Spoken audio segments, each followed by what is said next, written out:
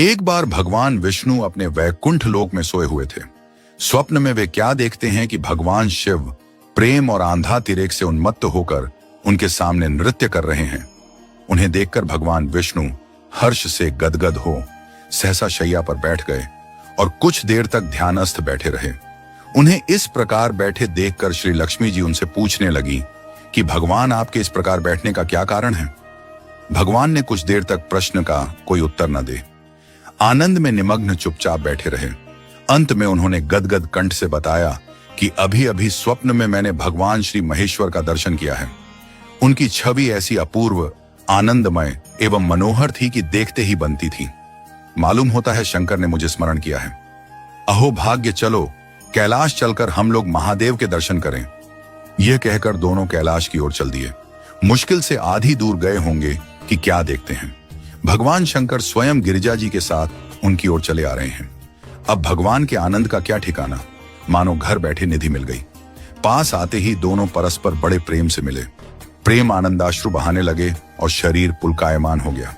दोनों ही एक दूसरे से लिपटे हुए कुछ देर मुंह कौद खड़े रहे। प्रश्नोत्तर होने पर झांत हुआ कि शंकर जी को भी रात्रि में इसी प्रकार का स्वप्न आया था, जिसमें विष्णु भगवान को वे उसी रूप में देख रहे हैं जिस रूप में वे अब उनके सामने हैं खड़े थे।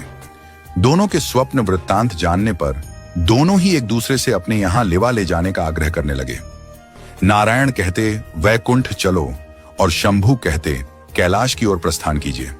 दोनों के आग्रह में इतना अलौकिक प्रेम था कि यह निर्णय करना कठिन हो गया कि कहां चला जाए।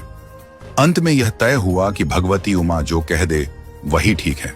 भगवे उमा तो पहले तो कुछ देर चुप रही। अंत में वे दोनों को लक्ष्य करके बोली, हे नाथ, हे नारायण, आप लोगों के निश्चल, अनन्य एवं अलौकिक प्रेम को देखकर तो यही लगता है कि आपके निवास अलग अलग नहीं है। जो कैलाश है वही वैकुंठ है और जो वैकुंठ है वही कैलाश है। केवल नाम ही भेद है। यही नहीं, मुझे तो शरीर देखने में दो हैं और तो और मुझे तो अब यह स्पष्ट दिखता है कि आपकी भार्याएं भी एक ही हैं, दो नहीं हैं। जो मैं हूं वही लक्ष्मी है और जो लक्ष्मी है वही मैं हूं। केवल इतना ही नहीं, मेरी अब यह दृढ़ धारणा हो गई है कि आप लोगों में से एक के प्रति जो द्वेष करता है वह मानो दूसरे के प्रति ही करता है। एक की पूजा जो करता है वह स्वाभाविक ही दूसरे की भी करता है और जो एक को अपूज्य मानता है वह दूसरे की भी पूजा नहीं करता। मैं देखती हूं कि आप मुझे इस प्रसंग में अपना मध्यस्थ बनाकर मानो मेरी प्रवंचना कर रहे हैं। अब मेरी यह प्रार्थना है कि आप लोग दोनों ही अपने अपने लोक को पधारिए। श्री विष्णु यह समझे कि हम शिव रूप से वैकुंठ जा रहे हैं और महेश्वर यह माने कि हम विष्णु रूप से कैलाश गमन कर रहे हैं।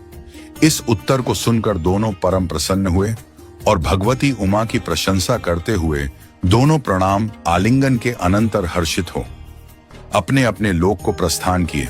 आपको हमारी ये भावनात्मक कहानी कैसी लगी, कमेंट करके जरूर बताएं। और अगर वीडियो अच्छी लगी है तो वीडियो को ज्यादा से ज्यादा लाइक करें और शेयर करें। और ऐसी ही भावनात्मक कहानियां सुनने के लिए हमारे चैनल को सब्सक्राइब अवश्य करें। हम मिलते हैं अगली वीडियो में।